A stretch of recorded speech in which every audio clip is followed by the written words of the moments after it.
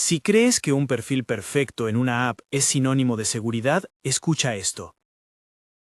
Advertencia: las historias que voy a contar incluyen acoso, intentos de abuso, secuestro y stalking. Si estás sensible a estos temas, cuida tu bienestar. Al final dejaré referencias generales para buscar apoyo. Me llamo Rosa.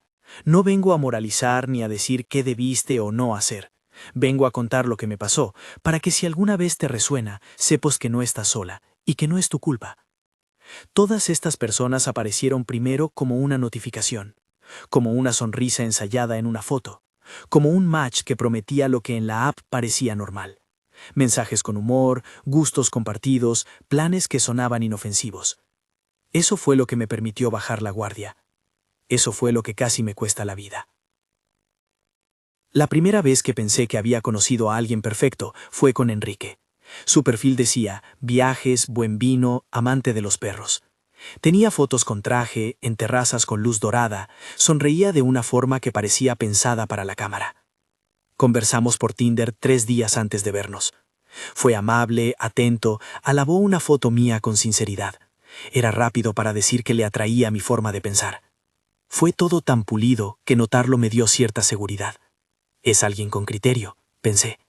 ¿A cuántas nos ha pasado eso? Alguien que parece limpio en su modo de hablar, y eso nos hace confiar. La primera cita fue una copa en un bar pequeño en el centro. Recuerdo el olor a madera y a limón en los vasos. Enrique llegó con un amigo largo, cedió su silla sin preguntar, y pidió un vino que no conocía. Todo muy civilizado. Sonreía cuando yo hablaba, y siempre tenía una pregunta de seguimiento. Eso es una de las señales que ahora veo red flags. No preguntar por mí para escuchar, sino para recoger datos que usar después como evidencia de que me conocía. Esa noche lo más inquietante fueron pequeñas cosas que no entendí en su momento. Insistió en pagar todo sin dejarme dividir la cuenta. Explicó con detalle viajes que sonaban a historias construidas, no vividas. Tocó mi mano con una delicadeza ensayada, justo en el momento en que yo hablaba de algo vulnerable. Fue un encanto calculado. Al final de la noche dijo: «Te llevo a casa, no te preocupes», con una voz que parecía protección. Acepté.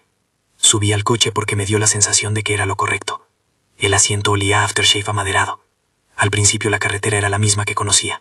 Luces de la ciudad, algún charco que reflejaba las farolas. Luego propuso dar una vuelta por la costa, para que veas la vista. No dije que no. ¿Quién dice que no a un atardecer después de una copa? Fue un error en cadena, pequeñas concesiones que juntas hicieron la trampa. En algún punto eligió un camino que no era la ruta habitual. Apagó la radio. La conversación se volvió seca.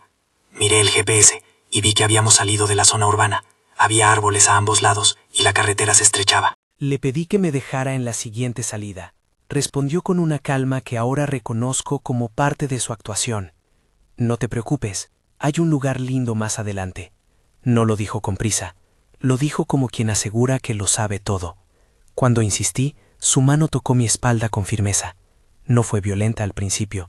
Fue la presión suficiente para transmitir que yo no iba a decidir ese rato. Sentí el miedo como un animal pequeño que se encoge dentro del pecho. Intenté abrir la puerta. Estaba atascada. No sé si por el pestillo o porque él la bloqueó desde adentro. Empecé a respirar rápido. Enrique miraba hacia adelante como si esperara que me calmara. Fue entonces cuando su sonrisa cambió. Se me acercó para besarme. Yo aparté la cara y le dije no, con voz cortada. Él insistió, pero ahora su tono tenía otra textura, más áspera. No voy a entrar en detalles de forcejeo. Diré que hubo un momento en que entendí que no era una discusión que pudiera ganar con palabras. Había una decisión en juego. ¿Me iba a quedar ahí o me iba a ir? Recuerdo una luz a lo lejos, las farolas de una estación de servicio vieja que no enciende todo el tiempo. Le grité que detuviera el coche. Él fingió no escuchar y aceleró. Mi corazón latía tal fuerte que me parecía que todo el interior del carro vibraba al compás. Empecé a golpear la ventana con la palma de la mano, sin pensar si romperla o no, solo con la necesidad de hacer ruido. Fue suficiente para que a mitad de la subida el coche frenara bruscamente. No sé si se distrajo, si calculó mal, o si tuvo un momento de duda. La puerta se abrió. Corrí por la cuneta, con los tacones todavía puestos, con la chaqueta de él que se mezclaba con mis pasos, con la noche que parecía tragarse mi respiración. Un camionero que pasaba me vio y frenó. Me subí al camión temblando. El tipo me llevó hasta la estación de servicio más cercana. Llamaron a la policía. Recuerdo explicar lo que pasó con la voz rota. Mi teléfono tenía pocos mensajes. Uno suyo, varias horas antes, diciendo lo siento por antes. Después de mi denuncia me dijeron que iban a buscarlo. Hicieron preguntas prácticas, tomaron mi declaración y me dieron un número de parte. Sentí un alivio que era pequeño y frío. Haber contado aquello en voz alta no hacía desaparecer el miedo, pero lo transformaba en algo con nombre. La investigación no fue lineal. Las fuerzas del orden me pidieron detalles que yo todavía no había organizado. ¿Cómo eran exactamente sus frases? ¿Qué había dicho en los mensajes? Tenía fotos del coche. Podía identificar la matrícula. Algunas respuestas fueron indefinido. Enrique había usado una tarjeta de presentación con un nombre que al revisar parecía pertenecer a otra persona. El perfil de Tinder que vimos esa noche dejó de existir a las semanas, y varias cuentas vinculadas parecían clones. Me dijeron que era común, perfiles que se crean y desaparecen, identidades fragmentadas. Pude presentar capturas de pantalla y los mensajes. A veces pienso en la frialdad con la que nos piden pruebas, como si el miedo necesitara papeles para ser sentido por otras personas. Esa experiencia me cambió. Aprendí a no subestimar mi intuición. Aprendí a no disculpar a alguien que insiste después de mi no. Me quedé meses con una sensación de vigilia. Oía un motor y mi cuerpo reaccionaba. La policía cerró la carpeta con el estado investigación en curso, y semanas después me informaron que tenían sospechas en un barrio cercano, pero que no hubo flagrancia. Enrique, por lo que me dijeron, quedó indefinido para mí. Quizá lo encontraron, quizá no. La incertidumbre se convirtió en una sombra que todavía, si no la enfrento, me acompaña. Si esto te suena familiar o conoces a alguien que debería oír esto, comenta yo también o comparte esta historia. No lo digo para acumular mensajes, lo digo porque contar une. Si alguien te lee y se siente menos sola, ese small gesto puede ser una cuerda. La siguiente historia, la de Alexandre, comenzó de manera distinta. No fue un match de Tinder clásico, fue un contacto a través de una cuenta que parecía profesional y por fotos que mostraban un ambiente de trabajo. Me escribió diciendo que trabajaba en conservación forense, que su trabajo era difícil y fascinante, que si me interesaba ver la verdad detrás de las noticias. Su tono era curioso. Me invitó a conocer su trabajo con la explicación de que pocas personas entienden la importancia de lo que él hacía. Me gustó la idea de charlar con alguien que tenía una profesión inusual. Fue así como acepté ese encuentro, no una cita romántica, sino una visita profesional. Entré al edificio donde decía trabajar. La recepción tenía un letrero discreto, y Alexandre me recibió con guantes en la mano y un semblante tranquilo. Tenía una bata gris y unos ojos que parecían evocar demasiadas historias. Caminamos por pasillos con olor a desinfectante, luces fluorescentes que hacían todo demasiado blanco. Me hizo preguntas sobre mi trabajo, con atención, sí, pero su atención a veces se parecía a la de Enrique, demasiado directa. Me mostró fotos de instrumentos, me habló de protocolos y de cómo la gente se inventa historias al no entender ciertos procesos. Me sentí profesional y curiosa. Me sentí segura porque estábamos en un lugar serio. No todo lo que relataré ocurrió de forma explícita. Hay momentos que se sienten como una sucesión de clics emocionales. El cambio en su mirada cuando pasamos por una puerta cerrada. La manera en que redujo la distancia entre nosotros y cerró esa puerta detrás. No era una puerta que se cerraba por seguridad rutinaria. Era la señal de que algo se complicaba. La luz rebota en las superficies metálicas. El silencio se hace denso. Le pedí que abriera para salir y me dijo que había que completar una revisión breve antes, que no podía dejarme sola. Su voz fue de nuevo la voz de cuidado que me envuelve y a la vez me niega la salida. Me dijo cosas que sonaron escalofriantemente racionales. Me dijo que yo no tenía que asustarme, que era parte del trabajo ver cosas difíciles y que debía confiar en su criterio. Intenté decir que quería irme y él comenzó a minimizar, con frases que ahora identifico como gaslighting. Estás dramatizando, te preocupas de más. No voy a detallar intentos de agresión física. Diré que en ese momento entendí que estaba en peligro. Logré zafarme en un descuido. Aproveché una puerta que se abrió para personal. Salí y me fui corriendo. Me quedé con la ropa manchada por algo que no quiero describir aquí. Tenía una herida periférica. Fui al hospital. Hice una denuncia. Salí con una llave suya en mi bolsillo. No voy a explicar cómo la obtuve, ni cómo la usé, porque no quiero dar instrucciones, ni facilitar procedimientos. Presenté la denuncia. La morgue, ese lugar que imaginé frío y técnico, quedó impregnada en mi memoria como un sitio que había intentado ser usado para otra cosa. Lo peor no fue solo la experiencia, fue la reacción social posterior. Comprender que muchas instituciones no están preparadas para creer que alguien puede usar su posición profesional para violar. La policía me tomó la nota, hicieron un registro, hablaron con el personal. En el proceso me enfrenté a preguntas que parecían diseñadas para poner en duda mi versión. ¿Por qué no lo dejaste todo e hiciste eso tal hora? ¿No pensaste en llamar antes? Fueron preguntas que lastiman porque en su fondo se parecen a culpar a la víctima. No me culparé aquí. Digamos que hubo un proceso administrativo, entrevistas, y que Alexandre quedó temporalmente fuera de ese centro. Si la sanción fue permanente o si hubo procedimientos penales, para mí quedaron con cierta ambigüedad. Algunos pasos se movieron, otros se estancaron. En mi caso la huella psicológica fue grande, la asociación de un lugar que debería curar con algo que fue dañino. Las preguntas que me hice en ese tiempo fueron duras. ¿Cómo alguien con una profesión dedicada a la verdad puede transformarse en algo que amedrenta? ¿Cómo no verlo venir? Entendí que las máscaras son variadas. El encanto de un hombre en una cita, la seriedad de un profesional, la cercanía que se disfraza de interés genuino. La línea entre curiosidad y control es a veces tan delgada que te atraviesa sin que notes el filo hasta que está sangrando. César fue otro tipo de amenaza, una que no llegó por una invitación, sino por la persistencia. Al principio fue un hambre que aparecía en mis redes, comentarios a fotos antiguas en Instagram, mensajes que comenzaban con halagos y terminaban en insistencias. Al principio pensé que era alguien aburrido que intenta llamar la atención. Le respondí una vez, después otra, por educación más que por interés. Esa es otra trampa, la cortesía puede confundirse con disponibilidad. En unas semanas, los mensajes pasaron de «me gustas» a «te vi» y luego a «estoy cerca». Empezaron las cartas. Alguien dejó una tarjeta debajo de mi puerta que decía cosas que en su intención querían convencerme de que me conocía profundamente. No voy a reproducir el texto. No quiero dar forma a esas palabras en tu cabeza. Lo que sí puedo decir es cómo se siente recibir algo así. Como si un desconocido pudiera anular la sensación de hogar. Encontré una flor marchita en mi buzón un día. Otra mañana, había huellas de zapatos en la tierra de mi pequeño balcón. Vi una foto borrosa en mi portal. Alguien la había tomado desde la calle. Sentí que cada paso se volvía monitoreado. Denuncié. Puse cámaras en la puerta. No para explicar cómo, simplemente lo hice. Y pedí medidas. Esa palabra, medidas, suena formal y distante. Me dieron una orden de alejamiento. Me dijeron que un juez iba a decidir. El proceso fue lento, y yo me volví más ágil. Cambié mis horarios. Pedí a una vecina que me avisara si vería a alguien extraño. No quiero que suene como un manual de supervivencia. Quiero que suene como lo que realmente hice, que fue inventar rutinas para recuperar, de a poco, una sensación de control. César continuó enviando mensajes, aunque la orden le prohibía acercarse. Usaba cuentas nuevas, números distintos. Aprendí que las medidas legales son una herramienta necesaria, pero no una garantía absoluta. Pueden detenerlo temporalmente, pero no borran la huella psicológica. En esa época me di cuenta de algo aterrador. La violencia y el acoso no siempre son choques bruscos. A veces es un goteo que moja la vida.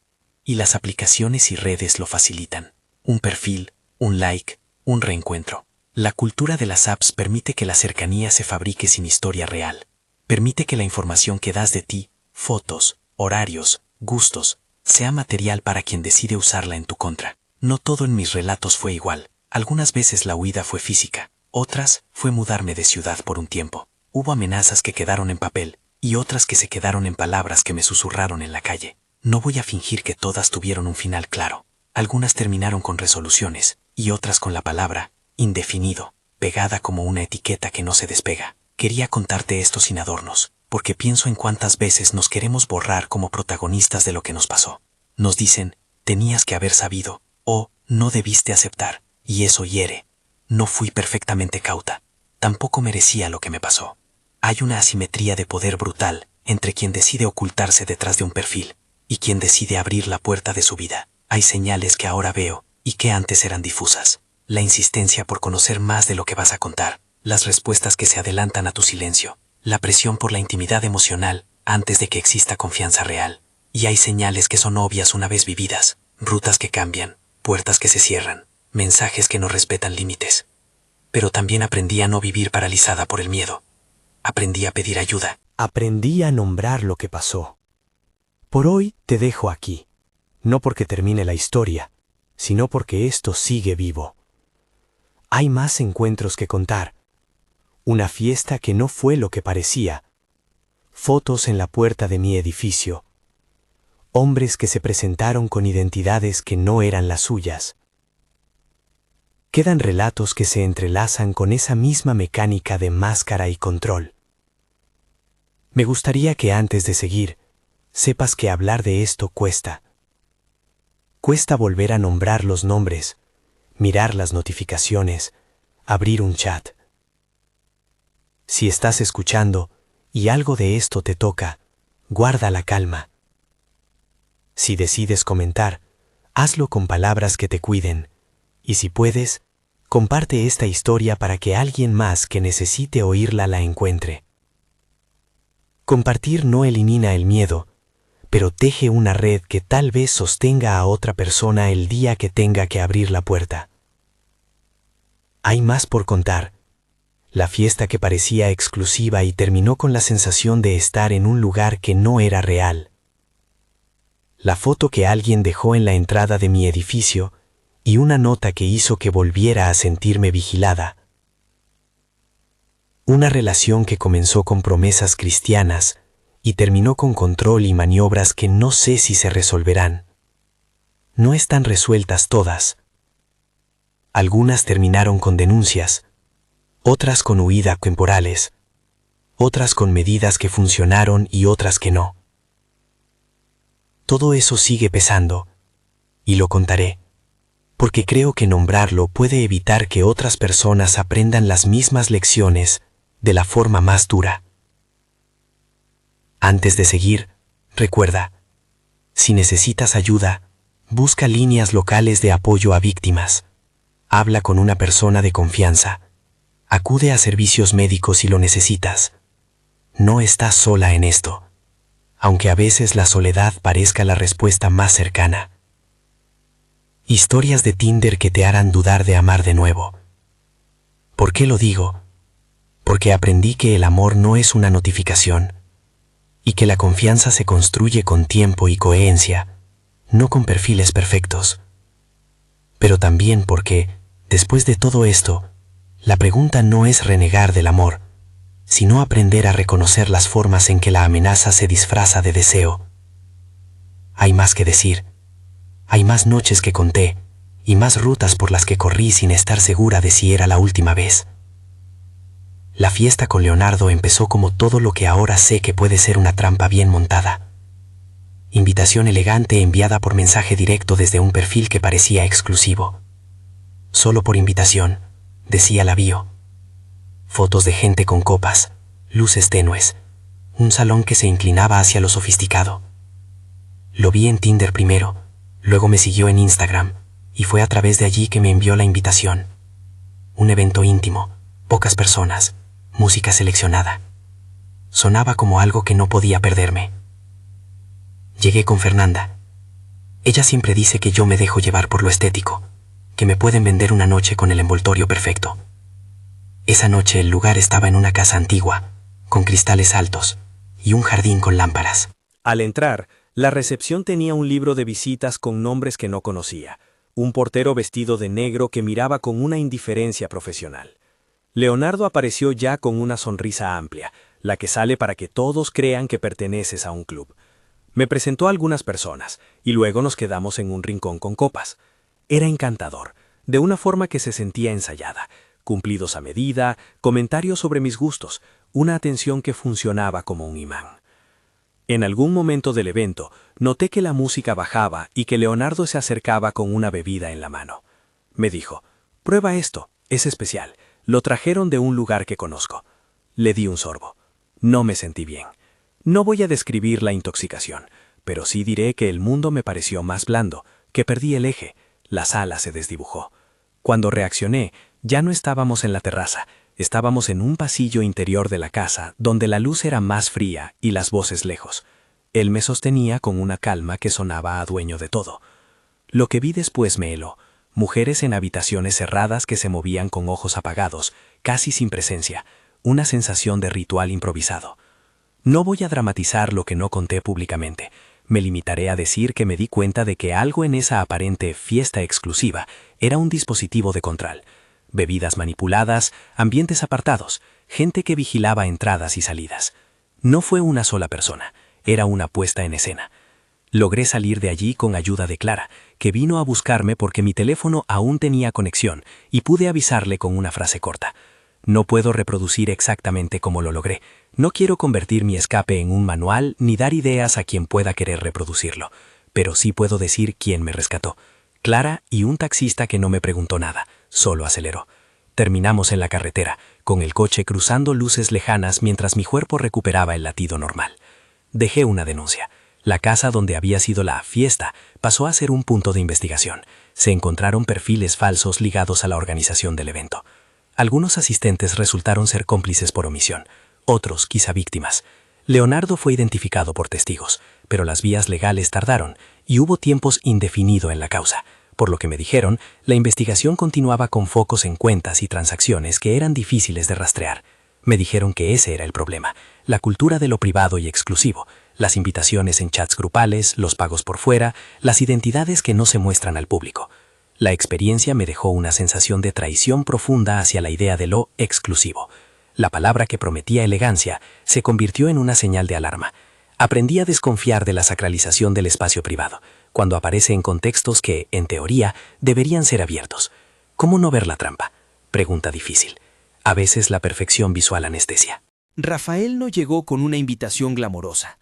Rafael fue el vecino que apareció inicialmente en Tinder como alguien normal, con fotos de café y bicicleta, un perfil sin sobresaltos.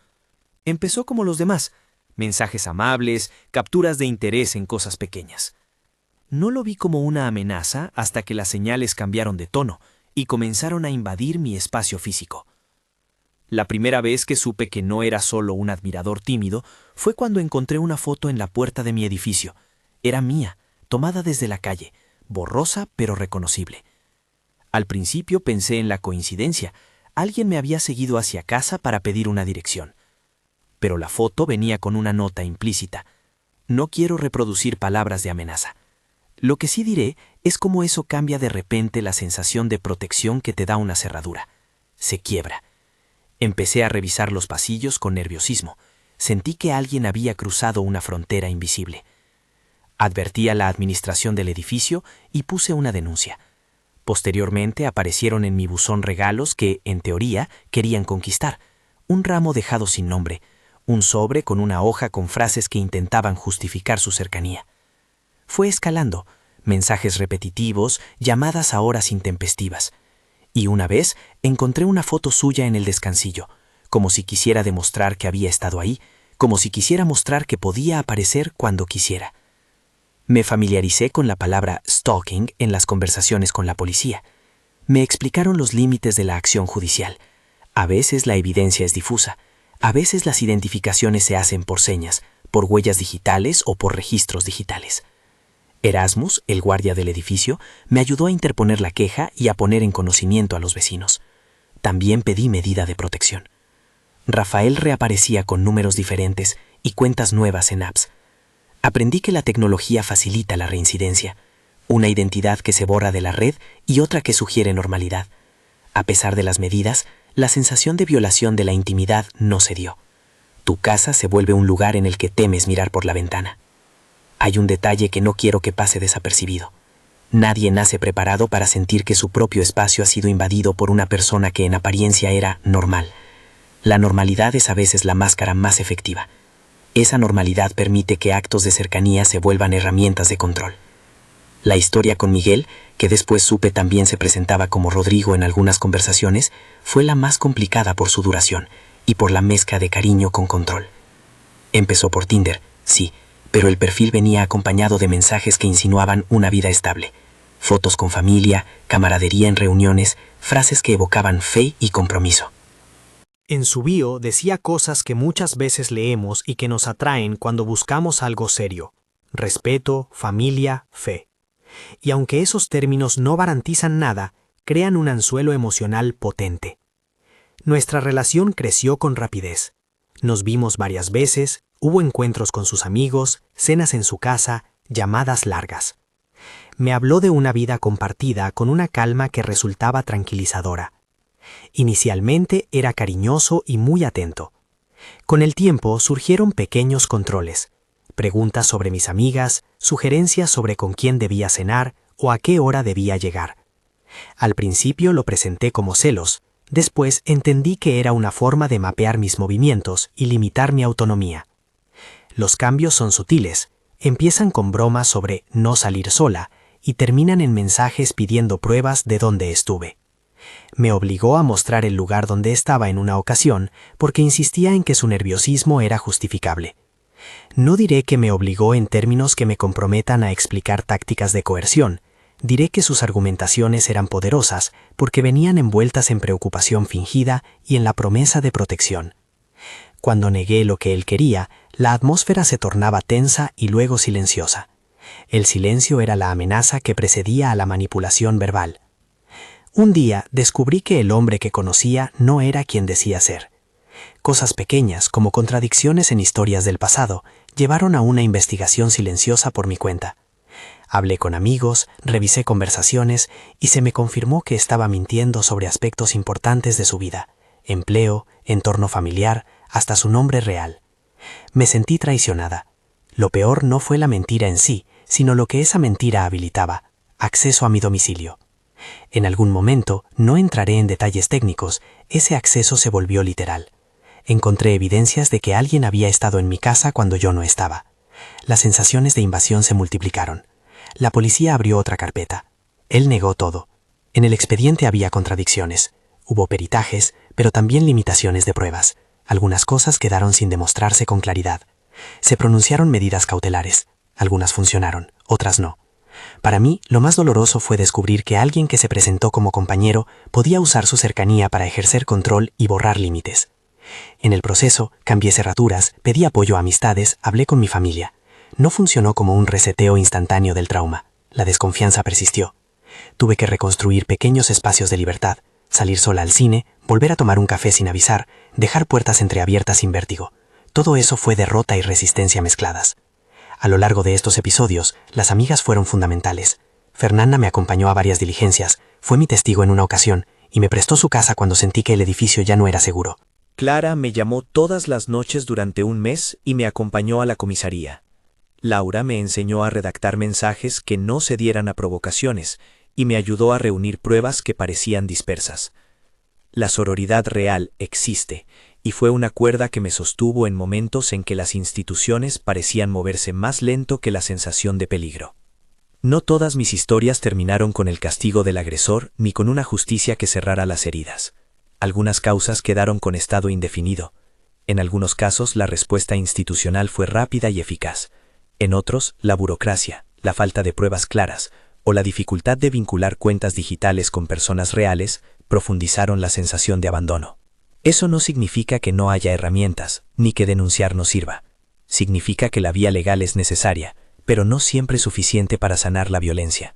Las medidas legales son parte de una solución, no su totalidad. Al mismo tiempo, aprendí a cuidar mi presencia digital. No en términos de paranoia, sino de prudencia.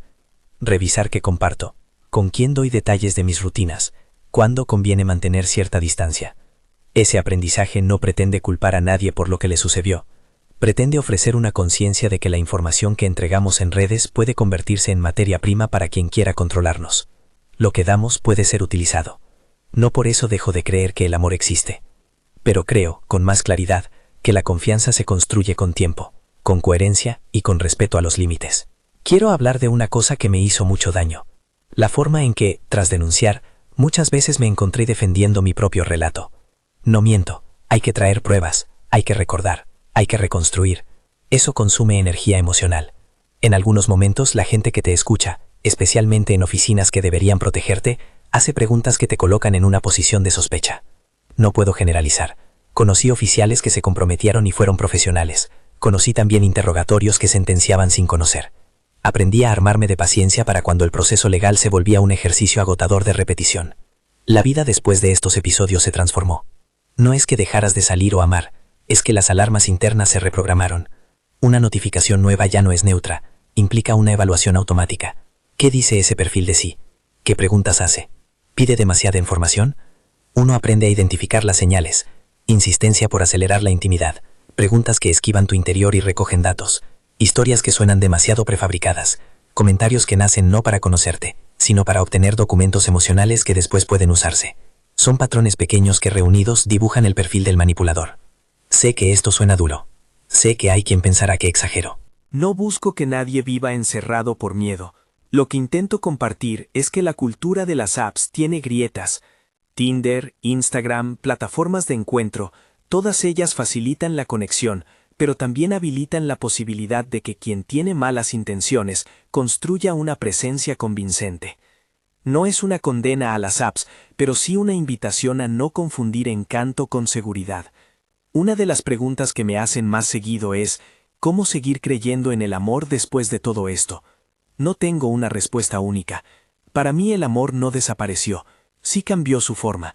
Ahora valoro la coherencia sostenida en el tiempo, el respeto por los límites que no se negocian, las relaciones donde la independencia de cada persona no es vista como amenaza.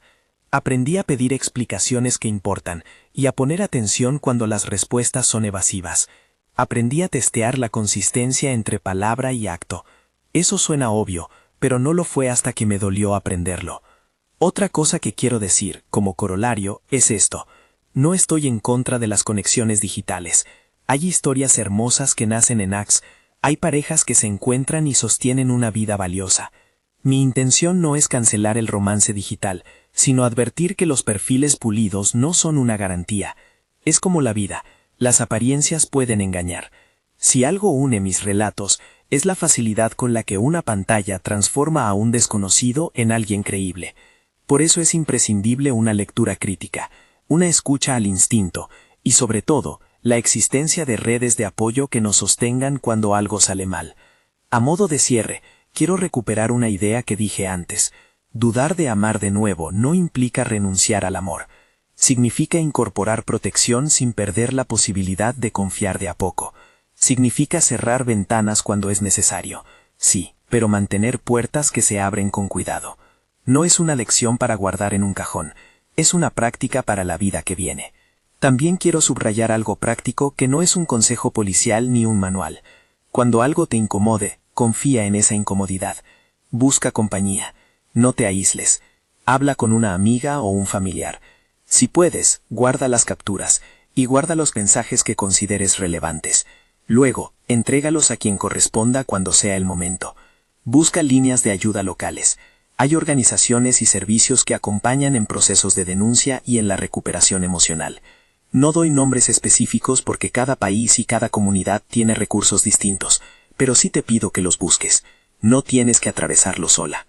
Agradezco en voz alta a quienes me acompañaron, amigas, familiares, profesionales de la salud que me atendieron, oficiales que trabajaron con diligencia, vecinos que estuvieron alerta. A pesar de todo, no todo fue rotura. Hubo manos tendidas, redes y pequeñas reparaciones. También agradezco a quienes me escuchan hoy. Sé que contar no es gratuito, contar implica volver a tocar heridas. Lo hago porque creo que nombrar puede cambiar algo en el tejido colectivo. Si estás leyendo esto y te sientes tocada, deja un comentario contando que no estás sola. Si puedes, comparte esta historia. Suscríbete para escuchar otras voces que también necesitan ser oídas. Si conoces a alguien que podría necesitar saber esto, compártelo con ella. No es un llamado al miedo, es un llamado al cuidado compartido. Vivir después de estas historias no es volver a la inocencia, es construir una prudencia que no se confunda con desconfianza radical. Es recuperar la posibilidad de amar con ojos nuevos, críticos sí, pero abiertos a la paciencia, a la coherencia y al respeto. Mi experiencia con apps como Tinder me enseñó que una notificación puede ser el inicio de algo bueno o el aviso de una amenaza. La diferencia muchas veces está en los detalles pequeños que antes ignorábamos. Historias de Tinder que te harán dudar de amar de nuevo. Entonces, espero que te hagan dudar en el sentido de mirar con más cuidado, con más herramientas y con la certeza de que no estás sola si algo sale mal. Dudar no es renegar, es elegir con ojos atentos. Si estas voces te resuenan, comparte, coméntalo y busca compañía. Si necesitas ayuda profesional o asistencia inmediata, recurre a las líneas de apoyo locales y a servicios médicos y legales de tu zona. Tu seguridad y tu salud son prioridad. Gracias por escuchar.